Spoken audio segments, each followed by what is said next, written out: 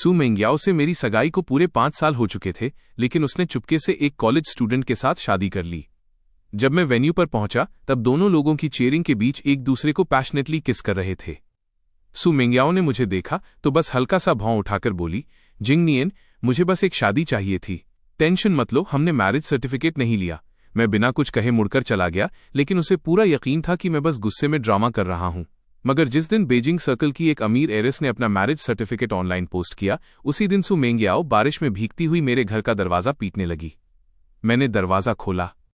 मेरे चेहरे पर अभी भी किसी और के साथ बिताए गए स्वीट मोमेंट्स की हल्की झलक बाकी थी। मैं मुस्कुराया और बोला, रिलैक्स, मैंने सिर्फ सर्टिफिकेट लिया है, शादी नहीं की। शादी का वेन्यू बेहद शानदार था। स्टेज के नीचे बैठे गेस्ट्स जोर जोर से चिल्ला रहे थे, किस किस। वेडिंग ड्रेस पहने सू मेंग्याओ के चेहरे पर शर्मीली मुस्कान थी। उसके सामने खड़ा वो कॉलेज बॉय उसकी कमर थामे हुए था। अगले ही पल उसने एक हाथ से उसके सिर के पीछे पकड़ लिया और किस को और गहरा कर दिया। मैं वहीं खड़ा ये सब देखता रह गया। तभी सू मेंग्याओ की बेस्ट फ्रेंड की नजर मुझ पर पड़ी। उसका चेहरा एकदम सफेद पड़ गया। जीजा जी, उसकी आवाज गूंजते ही पूरा हॉल शांत हो गया। मैं धीरे धीरे स्टेज की तरफ बढ़ा। मुझे आते देख वो लड़का तुरंत सू मेंग्याओ के सामने खड़ा हो गया, जैसे कोई बॉडीगार्ड ड्यूटी पर आ गया हो। लेकिन सू मेंग्याओ के चेहरे पर शर्मिंदगी का नाम तक नहीं था। वो हंसते हुए उस लड़के की बाहों में सिमट गई और मेरी तरफ देखकर बोली, जिंगनियन, इसे सीरियसली मत लो, ये बस एक वेडिंग सेरेमनी है। सर्टिफिकेट तो लिया नहीं, मेरा असली हस्बैंड तो यही होगा। मैं और सू मेंग्याओ बचपन से साथ बड़े हुए थे। ग्रेजुएशन के बाद दोनों परिवारों ने हमारी सगाई करवा दी थी, लेकिन वो पूरे सोशल सर्कल में अपने प्लेगर्ल इमेज के लिए फेमस थी। बॉयफ्रेंड बदलना उसके लिए वैसे ही था जैसे लोग मोबाइल वॉलपेपर बदलते हैं। उसकी वजह से मैं न जाने कितनी बार मजाक का पात्र बन चुका था। मैंने शांत चेहरे के साथ अपने बैग से एक छोटा सा बॉक्स निकाला। ये तुम्हारे परिवार की हेirloom जेड पेंडेंट है, अब इसे वापस रख लो। सू मेंग्याओ ने पेंडेंट उठाया और उंगलियों में घुमाने लगी। उसके होठों पर तिरस्कार भरी मुस्कान आ गई। वाह, इस बार ब्रेकअप ड्रामा के लिए फैमिली ट्रेजर तक निकाल लिया। उसकी आंखों में साफ लिखा था कि उसे मेरी बात पर जरा भी विश्वास नहीं है। मैंने उसकी तरफ देखकर कहा, सू मेंग्याओ, आज से हमारी एंगेजमेंट खत्म। आगे से तुम अपनी राह, मैं अपनी राह। ये सुनते ही उसका चेहरा बदल गया। गुशियान, दोबारा बोलो, क्या कहा तुमने? माहौल बिगड़ता देख उसकी बेस्ट फ्रेंड तुरंत बीच में आ गई। जीजा जी, प्लीज शांत हो जाइए, ये शादी सच में कोई मायने नहीं रखती। सुसु बस मजाक कर रही थी। आखिर में शादी तो आप दोनों की ही होगी। मैंने उसकी तरफ देखा भी नहीं। जिस आदमी ने अभी अभी अपनी मंगेतर को किसी और के साथ शादी करते देखा हो, उसके लिए इससे बड़ा मजाक क्या हो सकता था। मैं मुड़ा और बाहर निकल गया। पीछे से उसकी फ्रेंड फिर बोली, सुसु, जल्दी जाओ, जीजाजी को रोक लो। लेकिन सू मेंग्याओ बिल्कुल बेफिक्र थी। उसने कंधे उचकाए। रोकू क्यों? पहले भी कई बार नाराज हुआ है। 2-4 दिन बाद खुद वापस आ जाएगा। कि दोस्त ने माथा पकड़ लिया। पहले और अब में फर्क है। इस बार तुमने किसी और के साथ शादी की है। कोई भी आदमी ये बर्दाश्त नहीं करेगा। मैं कह रही हूं, जाकर देख लो। सू मेंग्याओ दरवाजे की तरफ देखने लगी। उसकी आंखें हल्की सी सिकुड़ गईं, लेकिन फिर भी उसके चेहरे पर वही आत्मविश्वास था। उसे अब भी यकीन था कि मैं कभी सच में उसे छोड़कर नहीं जा सकता। तभी सोंग जिंगनियन ने उसका वेडिंग ड्रेस हल्का सा खींचा और बोला, क्या मैं ये जेड पेंडेंट देख सकता हूं? उधर मैं वेडिंग वेन्यू छोड़कर सीधे बाहर निकल आया। बाहर आते ही मैंने लू चेनान को फोन किया और उसे बार में मिलने बुला लिया। जब वो पहुंचा तब तक मेरे सामने 2 वाइन बॉटल्स खाली पड़ी थीं। उसने एक नज़र टेबल पर डाली और सब समझ गया। क्या हुआ? फिर से सू मेंग्याओ से लड़ाई हुई? इस बार उसने किसी सेलिब्रिटी को पकड़ा है या फिर कोई कॉलेज स्टूडेंट? उसका मजाक मेरे सीने में चुभ गया। मैंने गिलास उठाकर एक घूंट लिया और धीरे से कहा, आज उसकी शादी हो गई। पूरी कहानी सुनने के बाद लू चेनान का गुस्सा फट पड़ा। उसने शराब की बोतल उठा ली। तुम्हें उसे बहुत पहले छोड़ देना चाहिए था। ऐसी लड़की के पीछे 5 साल बर्बाद कर दिए। फिर उसने फोन निकाला और मुस्कुराया। चलो, तुम्हारे लिए एक ग्रुप बना दिया है। इसमें हमारे सर्कल की सबसे शानदार सिंगल वुमेन है। आराम से देखना। अगले ही पल मेरा फोन लगातार वाइब्रेशन करने लगा। मैंने स्क्रीन देखी तो 1 मिनट के अंदर 30 से ज्यादा फ्रेंड रिक्वेस्ट्स आ चुकी थीं। मैं हंस पड़ा। मैं वॉशरूम होकर आता हूं। कॉरिडोर में पहुंचते ही मेरी नजर एक महिला पर पड़ी। बाकी लोगों के ग्लैमरस आउटफिट्स के बीच उसका प्रोफेशनल सूट बिल्कुल अलग दिख रहा था। शर्ट के ऊपर के कुछ बटन्स खुले हुए थे। वह दीवार से टिककर सिगरेट पी रही थी। उसकी मौजूदगी में एक अजीब सा चार्म था, जैसे कोई खूबसूरत लेकिन खतरनाक चीज सामने खड़ी हो। शायद उसे मेरी नजर का एहसास हो गया था। उसने भौहें सिकोड़कर मेरी तरफ देखा। गुशियान, तुम यहाँ? मैं मुस्कुराते हुए उसके पास गया। मूव वार्निंग, एक सिगरेट मिलेगी? उसने आश्चर्य से मुझे देखा। वाह, सू मिंग्याओ के साथ रहने के बाद तो तुम आदर्श बॉयफ्रेंड बन गए थे। अगर उसे पता चल गया कि तुम स्मोक करते हो तो? मैंने कोई जवाब नहीं दिया। वो हल्का सा हंसी। सुना है आज उसने किसी और आदमी के लिए ग्रैंड वेडिंग रखी है। तो क्या तुम दोनों का ब्रेकअप हो गया? इस बार मैंने सीधे उसके हाथ से सिगरेट पैकेट और लाइटर उठा लिया। बड़ी सहजता से सिगरेट जलाई और धुआं बाहर छोड़ा। फिर उसकी आंखों में देखते हुए बोला, मूव वार्निंग, आज रात मेरे घर चलो। दोनों की नजरें मिली। हम दोनों इतने मैच्योर थे कि बिना ज्यादा शब्दों के भी बात समझ सकते थे। मूव वार्निंग ने हाथ में पकड़ी सिगरेट बुझा दी। मुझे अचानक याद आया कि वो पूरे सर्कल में पुरुषों से दूरी बनाए रखने के लिए मशहूर थी।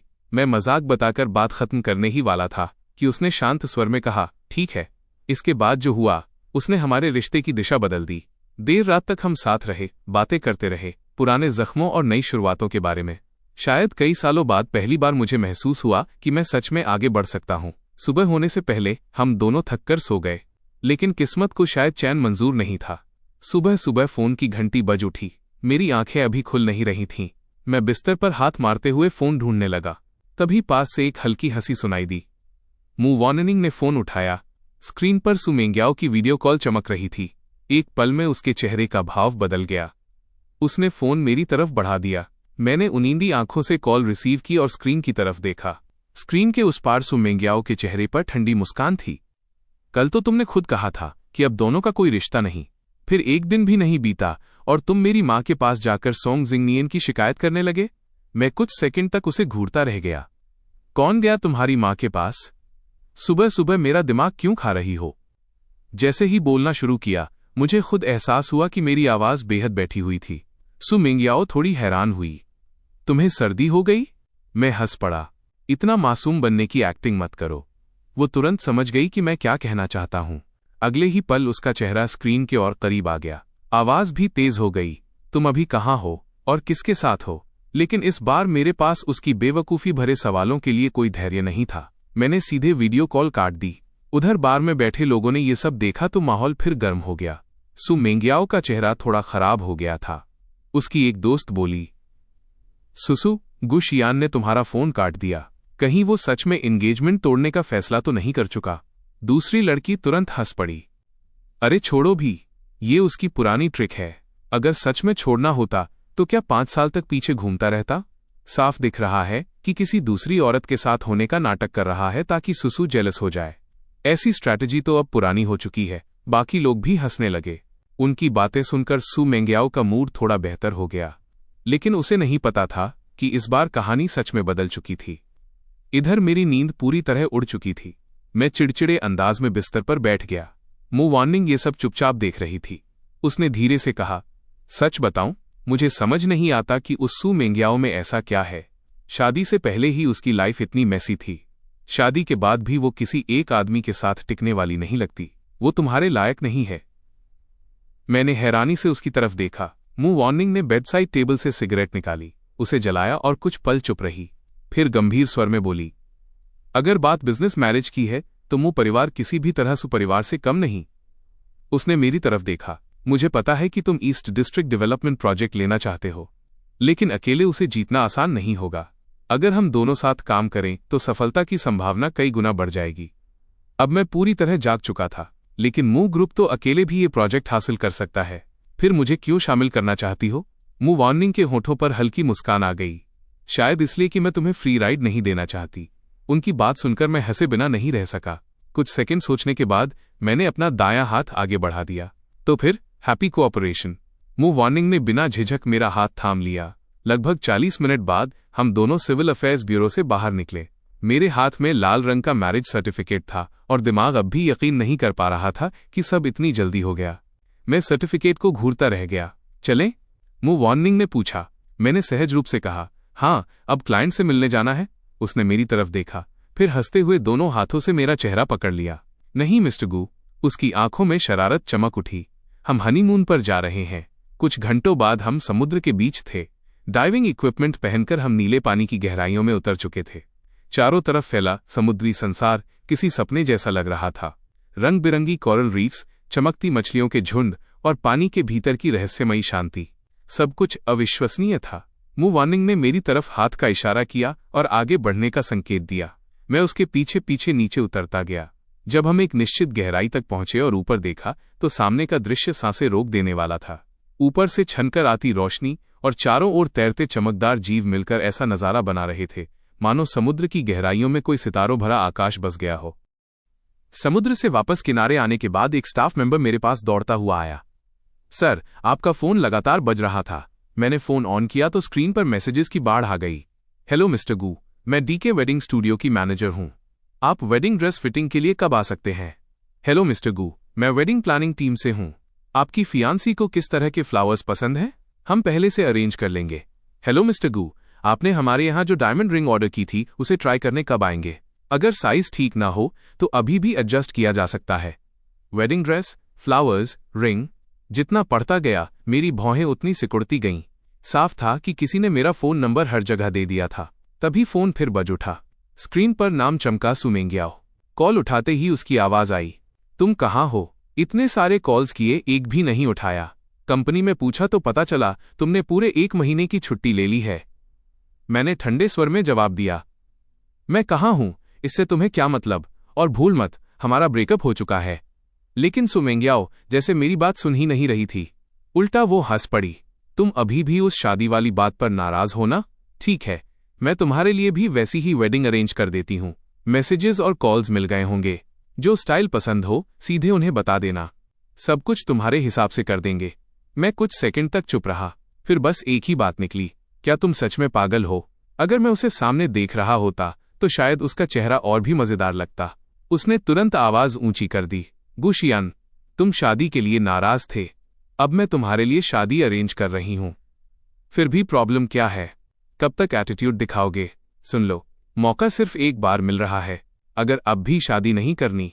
वो रुकी और फिर बोली, तो जिंदगी भर शादी मत करना। यही उसकी सबसे बड़ी समस्या थी। वो हमेशा सोचती थी कि अगर उसने थोड़ा सा भी कॉम्प्रोमाइज किया तो सामने वाले को तुरंत थैंकफुल हो जाना चाहिए, वरना गलती उसी की होगी। इस बार मेरा सब्र खत्म हो गया। सुमेंग्याओ, हमारा ब्रेकअप हो चुका है। मुझे दोबारा फोन मत करना। तुम जिसे चाहो उससे शादी करो, मेरा उससे कोई लेना देना नहीं। दूसरी तरफ कुछ पल खामोशी रही, फिर उसने लगातार 3 बार कहा, अच्छा, बहुत अच्छा, बहुत अच्छा।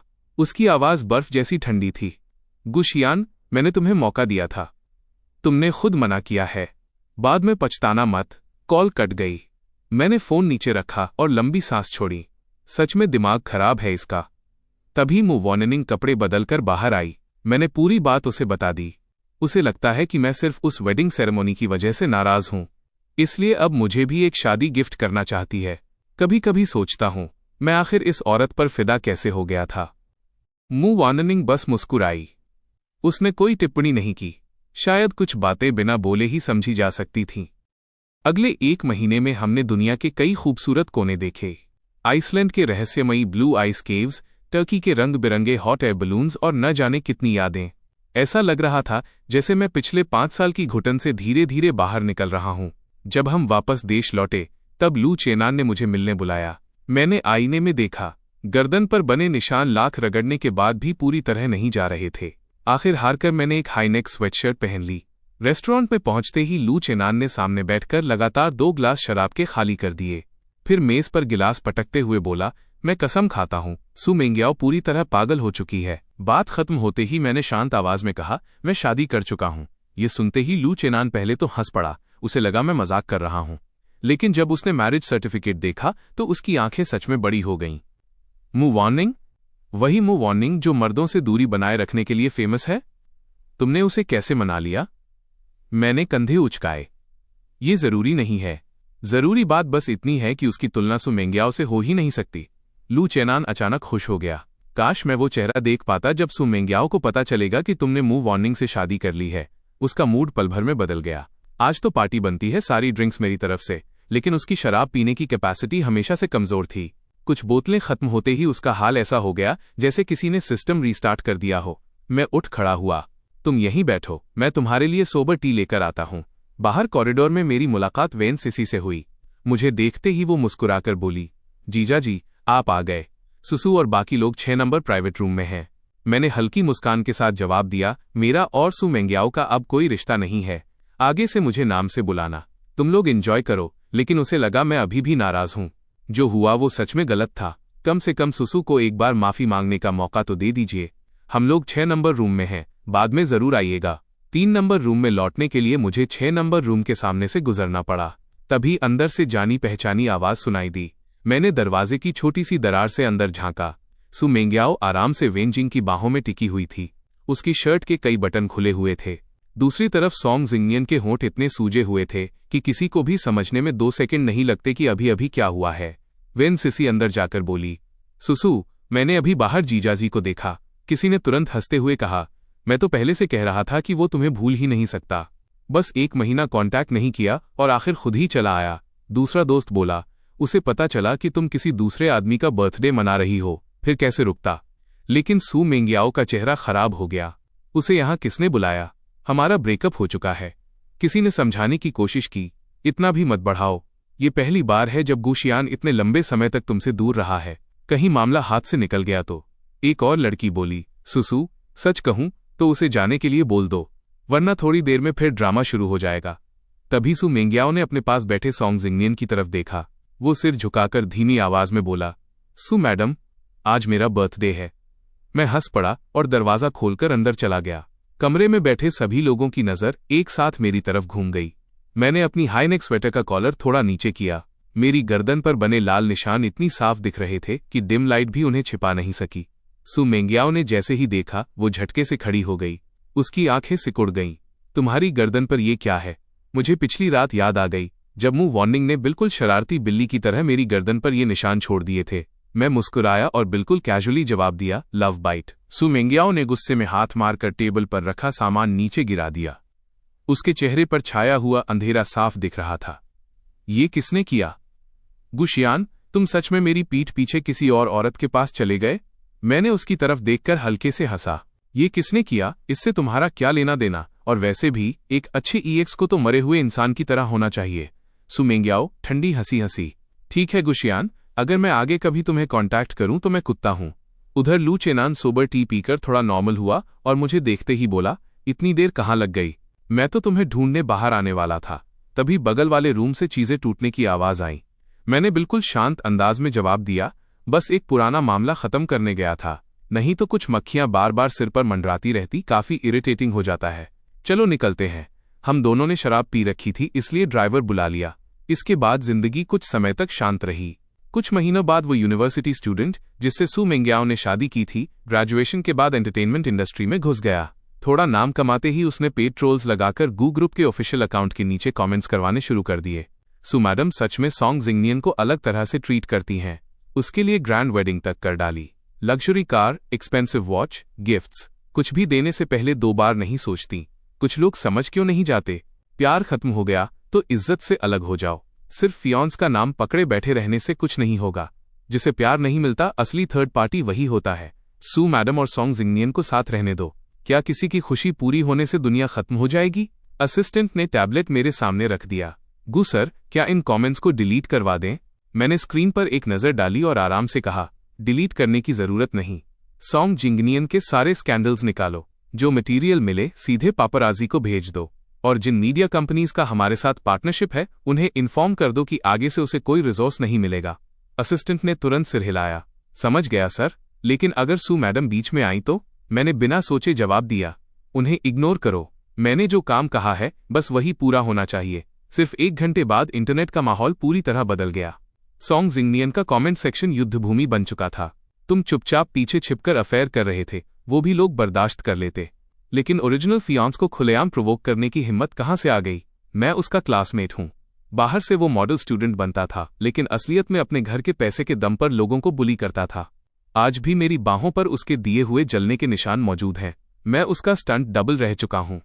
शूटिंग में जहां चेहरा दिखाना जरूरी होता था, बस वही सीन खुद करता था। बाकी दर्जनों सीन्स हम डबल से करवाए जाते थे।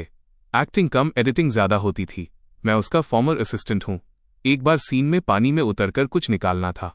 उसे पानी गंदा लगा तो पूरी टीम को मिनरल वाटर खरीदकर पूल भरने जैसा इंतजाम करना पड़ा, तब जाकर जनाब उतरे।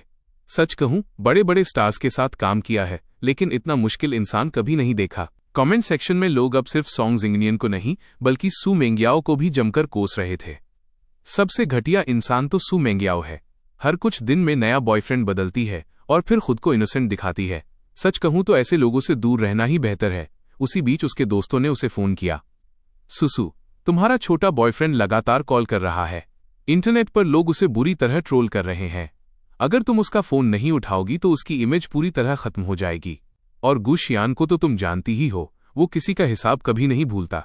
लेकिन सू मेंगियाओ को सॉन्ग जिंगनियन की चिंता से ज्यादा किसी और बात की फिक्र थी। उसने सीधे पूछा, इन दिनों गु शियान ने तुम लोगों में से किसी को फोन किया? कमरे में मौजूद लोगों ने एक दूसरे की तरफ देखा। नहीं। फिर किसी ने लंबी सांस लेकर कहा, सुसु, शायद इस बार तुमसे गलती हो गई। तुमने जानबूझकर सॉन्ग जिंगनियन को आगे करके गु शियान को जेलस करना चाहा था, लेकिन दांव उल्टा पड़ गया।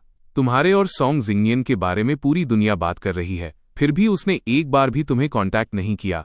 दूसरे दोस्त ने भी सिर हिलाया। अगर सच में उसे वापस चाहती हो तो खुद फोन कर लो। थोड़ा सॉफ्ट होना कोई हार नहीं होती। कहीं ऐसा न हो कि कोई और तुम्हारी जगह ले ले। सू मेंगियाओ ने बिना हिचक जवाब दिया, अगर उसे जाना है तो जाए, मैं उसके बिना भी ठीक हूं। कोई एक बॉयफ्रेंड चला गया तो आसमान नहीं टूट पड़ेगा। उसी रात मुझे लू चेनान का मैसेज मिला। वैसे एक बात पूछनी थी, मैंने सुना है कि मूव वार्निंग को मर्दों में इंटरेस्ट नहीं है, तो फिर वो तुम्हारे साथ सच में रिलेशनशिप में है? मैसेज पढ़कर मुझे हंसी आ गई। मैं जवाब टाइप ही कर रहा था कि अचानक मेरे पास से हल्की सी खुशबू आई। अगले ही पल एक शांत आवाज सुनाई दी, उसे औरतें पसंद हैं? मैंने सिर उठाया तो देखा मूव वार्निंग मेरे सामने खड़ी थी। उसकी आंखों में हल्की शरारत थी। तो शायद आज मुझे खुद चेक करना पड़ेगा कि ये बात सच है या नहीं। मैं कुछ समझ पाता उससे पहले ही उसने मुझे बिस्तर पर धक्का दे दिया। शायद शराब का असर था, मेरे चेहरे पर अजीब सी गर्मी फैल गई। कमरे का माहौल धीरे धीरे और करीब होता गया।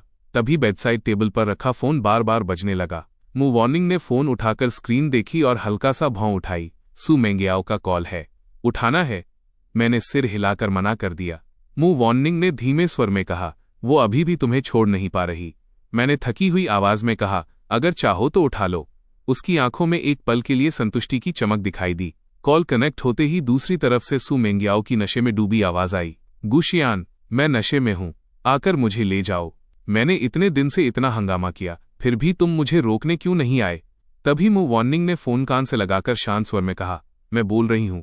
दूसरी तरफ कुछ सेकंड तक सन्नाटा छा गया।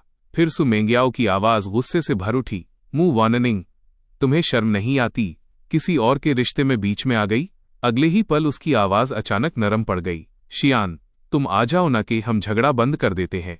मैंने शांत लेकिन ठंडी आवाज में कहा, सू मेंगियाओ, मैं ये बात पहले भी साफ कर चुका हूं। तुम सिर्फ मेरी EX हो, उससे ज्यादा कुछ नहीं। ये सुनते ही मूव वार्निंग के होठों पर संतुष्ट मुस्कान आ गई। उसने सामने वाले को एक शब्द बोलने का मौका भी नहीं दिया और सीधे कॉल काट दिया। दूसरी तरफ फोन कटने के बाद से सू मेंगियाओ बार में बिल्कुल चुप बैठी थी। उसके हाथ में शराब का गिलास था, लेकिन काफी देर तक उसने एक घूंट भी नहीं पिया। उसके दोस्तों ने एक दूसरे की तरफ देखा, फिर आखिर किसी ने लंबी सांस लेकर कहा, लगता है इस बार गु शियान सच में वापस नहीं आएगा। और सच कहूं तो इसमें उसकी कोई गलती भी नहीं है। दूसरा दोस्त भी बात में कूद पड़ा, सुसु, पिछले कुछ सालों में तुमने सच में बहुत ज्यादा कर दिया था। छुपकर रिलेशनशिप रखना अलग बात है, लेकिन तुम हर बार ऐसा हंगामा कर देती थीं कि पूरा सर्कल जान जाता था। सॉन्ग जिंगनियन वाली शादी की बात छोड़ भी दें, उससे पहले वाले छोटे एक्टर को तुमने लाखों की रिंग गिफ्ट कर दी थी। और उससे पहले तुम्हारी सेक्रेटरी को इतना सिर पर चढ़ाया कि वो सीधे गु ग्रुप में जाकर सीन क्रिएट करने लगी थी। अगर मैं गुशियान की जगह होता तो कब का भाग चुका होता। भाई कोई सेंट थोड़ी है। कमरे में कुछ पल के लिए सन्नाटा छा गया। फिर किसी ने माहौल हल्का करने की कोशिश की, छोड़ो यार, ब्रेकअप हो गया तो हो गया। वैसे भी तुम उसे प्यार थोड़ी करती थीं। लेकिन इस बार सू मेंगियाओ ने कोई जवाब नहीं दिया। उसने धीरे से मेज पर रखी कार कीज उठाई और बिना कुछ बोले बाहर निकल गई। पीछे बैठे लोग उसे रोकने की कोशिश करते रह गए। सुसु, अरे कम से कम ड्राइवर तो ले जाओ। लेकिन वो बिना पीछे देखे ही चली गई। उधर मेरे घर में माहौल बिल्कुल अलग था। मूव वार्निंग अचानक मेरे कंधे पर सिर रखकर बोली, गुशियान, मैं सोशल मीडिया पर एक पोस्ट डालना चाहती हूँ। मैंने उसकी तरफ देखा। आज की मूव वार्निंग रोज वाली कोल्ड CEO जैसी बिल्कुल नहीं लग रही थी। उसकी मुस्कान में कुछ ऐसा था कि आदमी 2 सेकंड में अपना डिसीजन बदल दे। पता नहीं क्यों मैंने बिना ज्यादा सोचे हाँ कह दिया। पोस्ट अपलोड होने के सिर्फ 1 मिनट बाद कमेंट्स की बाढ़ आ गई। फाइनली इतने सालों की मेहनत रंग लाई। कंग्रेचुलेशंस। लेकिन क्या गु शियान को पता है कि तुम उसे इतने सालों से पसंद करती थी? एक और कमेंट आया, रुको, ये आदमी इतना फेमिलियर क्यों लग रहा है? अरे भाई, ये तो सू मेंग्याओ का फियांस नहीं था। क्या ट्विस्ट है। खैर, कंग्रेचुलेशंस। मू वार्निंग कुछ कमेंट्स का जवाब देकर मुस्कुराई और फिर नहाने के लिए बाथरूम चली गई। मैं अभी फोन रख ही रहा था कि नीचे से अचानक तेज नॉकिंग की आवाज आने लगी। पहले मैंने इग्नोर किया, लेकिन सामने वाला इंसान भी कम जिद्दी नहीं था। दरवाजा पहले से ज्यादा जोर जोर से बजने लगा। आखिरकार मैं बिस्तर से उठा। नीचे उतरने से पहले कैबिनेट से मैरिज सर्टिफिकेट निकाल लिया, क्योंकि मुझे पहले से अंदाजा था कि बाहर कौन खड़ा होगा। दरवाजा खोलते ही मेरा अनुमान सही निकला। बारिश में पूरी तरह भीगी हुई सू मेंग्याओ दरवाजे के सामने खड़ी थी। उसके बालों से लगातार पानी टपक रहा था। मुझे देखते ही उसने धीमी आवाज में कहा, गु शियान, मैं आगे से कोई ड्रामा नहीं करूंगी। हम फिर से शुरू कर सकते हैं क्या? मैं दरवाजे के सहारे टिक गया और उसकी तरफ शांत नजरों से देखा। अब ये सब कहने का क्या फायदा? सू मेंग्याओ ने जल्दी से कहा, मैं सच बोल रही हूं। उस समय मैंने ज्यादा नहीं सोचा था। मुझे लगा था कि वो सिर्फ एक वेडिंग थी, उससे तुम्हारी जगह पर कोई असर नहीं पड़ेगा, इसलिए मैंने हां कह दी थी। उसकी आवाज में पहली बार घबराहट साफ सुनाई दे रही थी, लेकिन मेरे चेहरे पर कोई बदलाव नहीं आया। मैंने हाथ में पकड़ा मैरिज सर्टिफिकेट उसकी तरफ बढ़ा दिया। देर हो चुकी है। सू मेंग्याओ की नजर सर्टिफिकेट पर पड़ी और उसका चेहरा एकदम सफेद पड़ गया। मैंने हल्की मुस्कान के साथ कहा, मैं शादी रजिस्टर कर चुका हूं। अब सिर्फ वेडिंग सेरेमनी बाकी है। जिस दिन हमारी शादी होगी उस दिन तुम्हें भी इनविटेशन भेज दूंगा। कुछ सेकंड तक वो वहीं खड़ी रह गई, जैसे उसका दिमाग इस बात को एक्सेप्ट ही नहीं कर पा रहा हो। तभी ऊपर से कदमों की आवाज आई। मू वार्निंग सीढ़ियों से नीचे उतर रही थी। उसके शरीर पर सिर्फ एक बाथरोब था और बाल अभी भी थोड़े गीले थे। नीचे आते ही उसने बिना कुछ कहे मेरी कमर पकड़ ली और मेरे पास खड़ी हो गई। यह दृश्य देखते ही सू मेंग्याओ की आंखों में आग सी भड़क उठी। मू वार्निंग। वो गुस्से में आगे बढ़ी और सीधे उसके चेहरे पर थप्पड़ मारने के लिए हाथ उठा दिया, लेकिन उसका हाथ हवा में ही रुक गया। मैंने बीच में आकर उसकी कलाई पकड़ ली, फिर बिना एक पल गवाए मू वार्निंग को अपने पीछे कर लिया। यह देखकर सू मेंग्याओ और ज्यादा भड़क गई। मैंने तुम्हें अपनी दोस्त समझा था और तुम पीछे से मेरे बॉयफ्रेंड पर नजर रखे बैठी थी। मू वार्निंग ने भी बिल्कुल देर नहीं की। उसने ठंडी हंसी के साथ जवाब दिया, तुम्हारा बॉयफ्रेंड? तुम्हें सच में लगता है कि तुम्हें ये बोलने का हक है? अगले ही पल उसने जोरदार थप्पड़ वापस जड़ दिया। 5 साल तक उसने तुम्हें सहा। 5 साल तक तुम्हारी हर हरकत को नजरअंदाज किया, लेकिन तुमने क्या किया? एक एक कदम पर उसे धक्का देकर अपने से दूर किया। आज जब वो चला गया है तब तुम्हें उसकी कीमत समझ आ रही है। सू मेंग्याओ कुछ बोलना चाहती थी, लेकिन शब्द ही नहीं मिल रहे थे। दोनों के बीच बहस बढ़ती गई, मगर मैं शुरू से अंत तक मू वार्निंग के साथ खड़ा रहा। हर बार जब सू मेंग्याओ मेरी तरफ उम्मीद भरी नजरों से देखती, उसे सिर्फ निराशा ही मिलती। धीरे धीरे उसके चेहरे की अकड़ टूटने लगी। बारिश लगातार उसके ऊपर गिर रही थी और वो पहले से ज्यादा बिखरी हुई लग रही थी। आखिर मैंने कोई और बात नहीं की। सीधे मू वार्निंग को अपनी बाहों में उठाया और घर के अंदर वापस चला गया। दरवाजा बंद होने से पहले आखिरी बार मैंने पीछे देखा। सू मेंग्याओ बारिश में अकेली खड़ी थी। उसकी आंखें लाल थीं और चेहरे पर पछतावा साफ दिखाई दे रहा था। दरवाजा बंद होने ही वाला था कि उसकी कांपती हुई आवाज सुनाई दी, शियान, मुझे नशा हो गया है।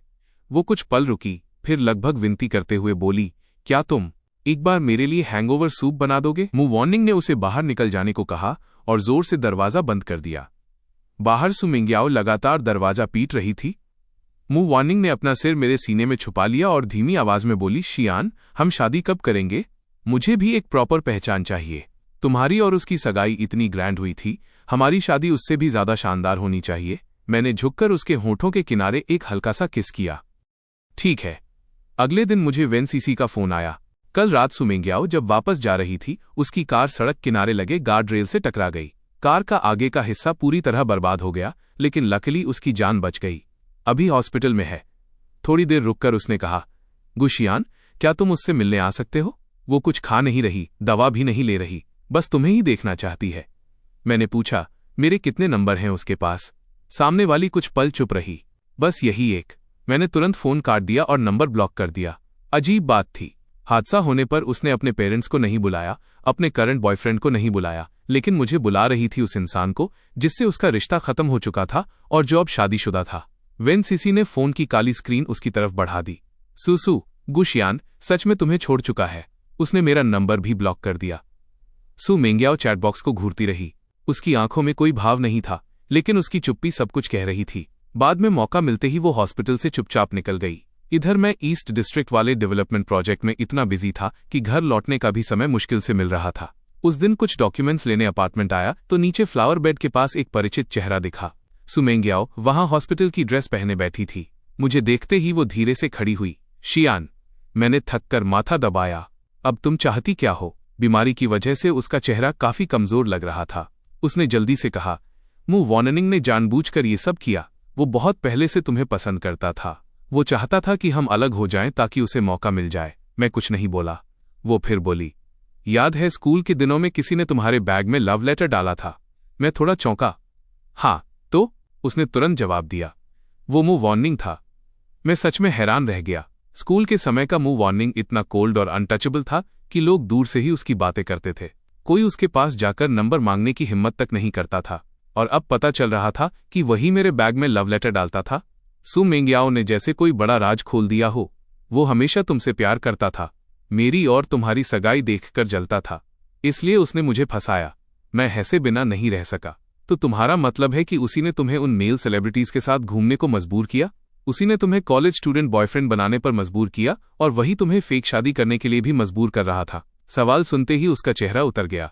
वो तुरंत टॉपिक बदलकर बोली, शियान, कल रात बारिश में भीग गई थी। अभी भी बुखार है। बहुत बुरा लग रहा है। क्या मैं ऊपर चल सकती हूँ? बस एक गिलास पानी। मैंने सीधे उसकी बात काट दी। नहीं, मैं शादीशुदा हूँ। फिर मैंने फोन निकालकर उसकी माँ को कॉल किया। जी आंटी, आप जल्दी आ जाइए, ज्यादा देर नहीं लगी। सु मेंग्याओ की माँ वहां पहुंच गईं। आते ही उन्होंने उसे जोरदार थप्पड़ मार दिया। तुम अभी तक यहाँ क्या कर रही हो? तुम्हें अपने किए हुए काम याद हैं? तुम्हारी वजह से मुझे शियान के पेरेंट्स का सामना करने में शर्म आती है और तुम अब भी उसका पीछा कर रही हो। बस करो और मेरे साथ घर चलो। आंटी, मुझे अभी कुछ इंपॉर्टेंट मीटिंग्स अटेंड करनी है। मैं चलता हूँ। ठीक है बेटा, तुम जाओ। मैं अभी इस नालायक लड़की को यहां से ले जाती हूँ। मैंने सिर हिलाया और वहां से निकल गया।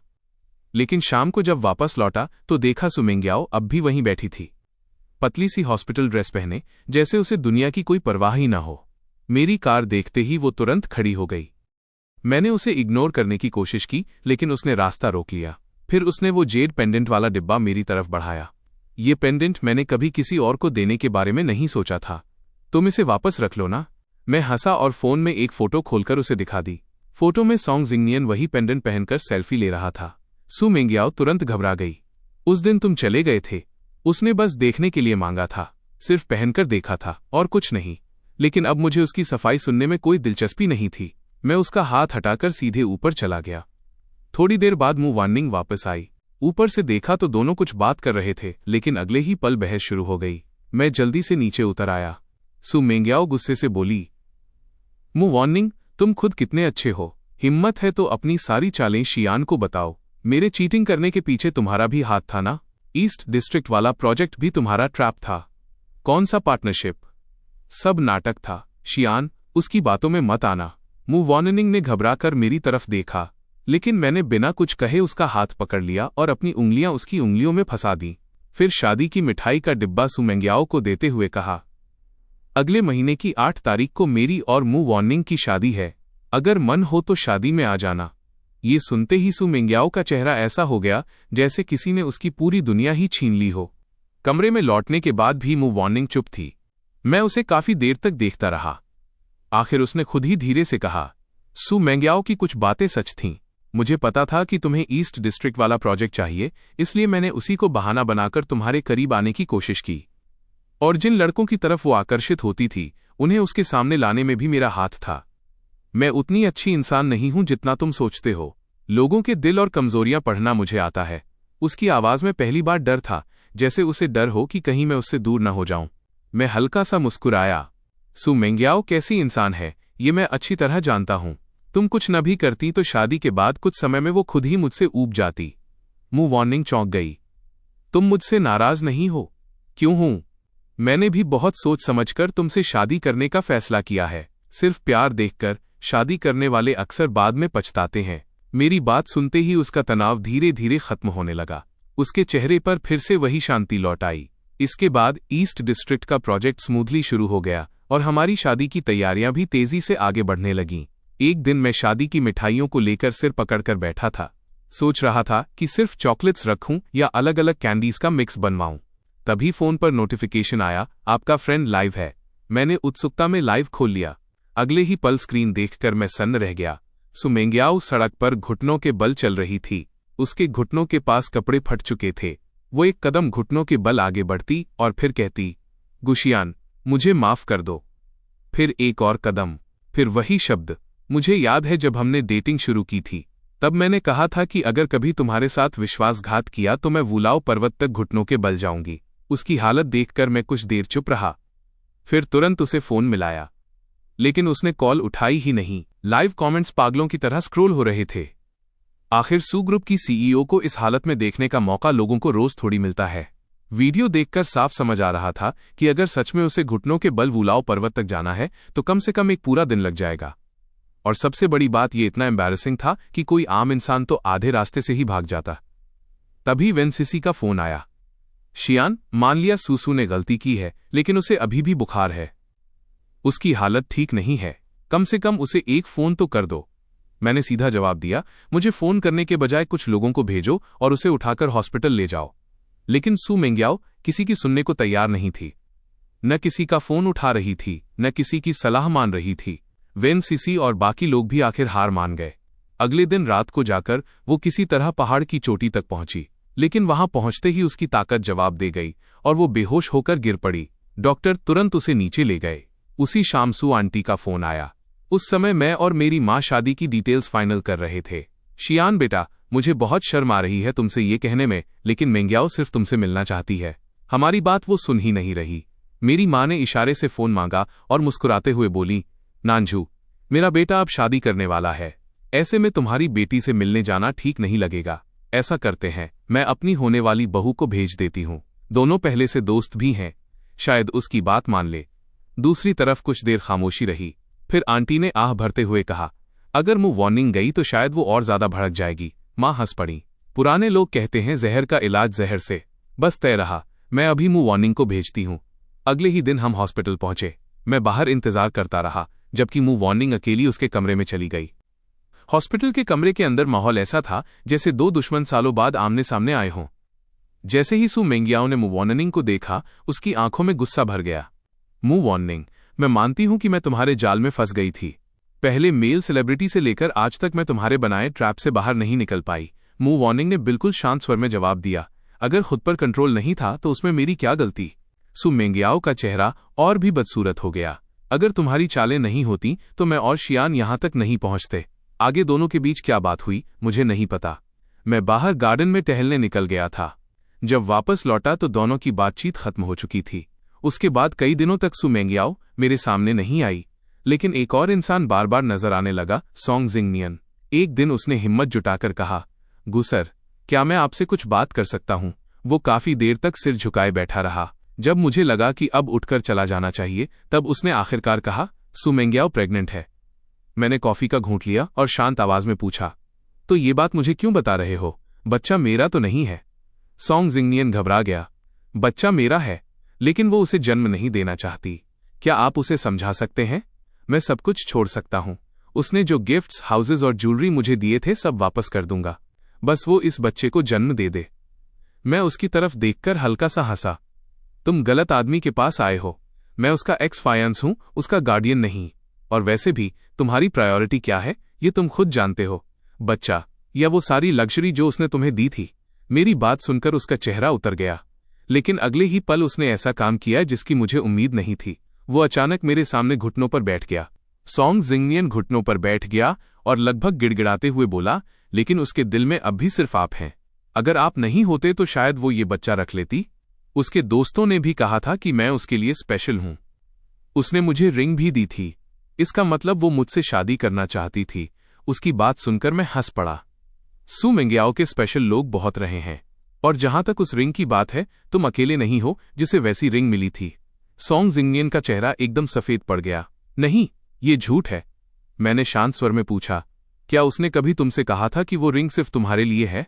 वो कुछ बोलना चाहता था, लेकिन शब्द ही नहीं मिले, क्योंकि जवाब साफ था नहीं। मैंने कप नीचे रखा और बात खत्म कर दी। मिस्टर सोंग, आगे से न कंपनी आना और न मुझसे मिलने की कोशिश करना। हम दोनों अजनबी हैं। उसके जाने के बाद असिस्टेंट कियाओ अंदर आया। गुसर, उसकी बातों पर भरोसा मत कीजिए। सू सीईओ प्रेग्नेंट नहीं है। मेरे दोस्त ने बताया कि कंपनी से निकाले जाने के बाद वो दोबारा कॉन्ट्रैक्ट पाने के लिए हर तरीका आजमा रहा है। मैं बस सिर हिलाकर रह गया। ईस्ट डिस्ट्रिक्ट प्रोजेक्ट पर ध्यान दो, बाकी बेकार की बातें मुझे मत बताया करो। समय तेजी से बीतता गया और आखिरकार शादी का दिन आ गया। मौसम शानदार था, पूरा वेन्यू मेहमानों से भरा हुआ था। जैसे ही मैं अंदर पहुंचा, कुछ लोग बधाई देने लगे। तभी किसी ने हंसते हुए कहा, सच बताऊं, हमने तो सोचा था कि तुम्हारी शादी सू मेंग्याओ से होगी। उसके इतना कहते ही लू चेंगान ने तुरंत मुंह बना लिया। क्या बकवास कर रहे हो? मुंह वार्निंग उससे 100 गुना बेहतर है। आज शादी का दिन है, कम से कम आज तो उस औरत का नाम मत लो। माहौल थोड़ी देर के लिए ऑकवर्ड हो गया, लेकिन मैंने हंसकर बात टाल दी। ठीक है, सब लोग बैठ जाओ, सेरेमनी शुरू होने वाली है। और फिर आखिरकार वो पल आ गया जिसका हम इतने दिनों से इंतजार कर रहे थे। पूरा wedding venue traditional Chinese style में सजाया गया था। हर तरफ लाल और सुनहरे रंग की सजावट थी। माहौल इतना भव्य था कि आते ही लोगों की नजरें ठहर जा रही थीं। सेरेमनी स्मूथली खत्म हुई और सभी मेहमान हमें बधाई देने लगे। तभी वेनसीसी मेरे पास आई और एक बुद्धिस्ट बीड ब्रेसलेट मेरी तरफ बढ़ा दिया। ये सूसू ने वुलाओ पर्वत से तुम्हारे लिए मंगवाया है, उसने आह भरते हुए कहा। वो अब बहुत पछता रही है, कहती है कि अगर जिंदगी दोबारा शुरू हो सके तो वो तुम्हें कभी नहीं खोएगी। वेनसीसी लगातार बोलती जा रही थी, लेकिन उसे ये दिखाई नहीं दिया कि उसके हर शब्द के साथ मुवॉर्निंग का चेहरा थोड़ा थोड़ा उतरता जा रहा था। मैंने तुरंत मुस्कुराकर दोनों को अलग किया और बात वहीं खत्म कर दी। पूरे दिन मेहमानों की खातिरदारी और शादी की रस्मों में निकल गया। रात तक हम दोनों बुरी तरह थक चुके थे। घर लौटकर मुवॉर्निंग सीधे बिस्तर पर लेट गई, लेकिन उसकी आंखों में अब भी हल्की बेचैनी थी। शायद वेनसीसी की बातें उसके दिमाग में घूम रही थीं। मैं उसके पास बैठ गया और उसके बालों को धीरे धीरे सहलाने लगा। उसने मेरी तरफ देखा, जैसे कुछ कहना चाहती हो, लेकिन शब्द ना मिल रहे हों। मैंने उसका हाथ पकड़ लिया। अब भी सोच रही हो? मुवॉर्निंग ने धीरे से सिर झुका लिया। मुझे बस डर लगता है, कहीं एक दिन तुम भी। उसकी बात पूरी होने से पहले ही मैंने उसे अपनी बाहों में खींच लिया। दुनिया में कुछ लोग ऐसे होते हैं जिन्हें खोकर इंसान पछताता है, और कुछ लोग ऐसे होते हैं जिन्हें पाने के बाद इंसान समझता है कि उसका इंतजार खत्म हो गया। उसकी आंखें धीरे धीरे नम हो गईं। कई सालों की गणनाएं, चालें, गलत फहमियां और अधूरी इच्छाएं आखिर उसी रात खत्म हो गईं। बाहर रात शांत थी और अंदर पहली बार मुवॉर्निंग के चेहरे पर सुकून दिखाई दे रहा था। जहां तक सू मेंग्याओ की बात थी, वो आखिरकार अपने ही फैसलों की कीमत चुका रही थी। कुछ रिश्ते टूटने के बाद वापस नहीं जुड़ते, चाहे पछतावा कितना भी बड़ा क्यों ना हो। और कुछ लोग जब एक बार पीछे मुड़कर चल देते हैं तो फिर कभी वापस नहीं देखते। मेरे लिए भी कहानी यहीं खत्म हो चुकी थी। अब आगे सिर्फ मेरी और मुवॉर्निंग की नई जिंदगी थी।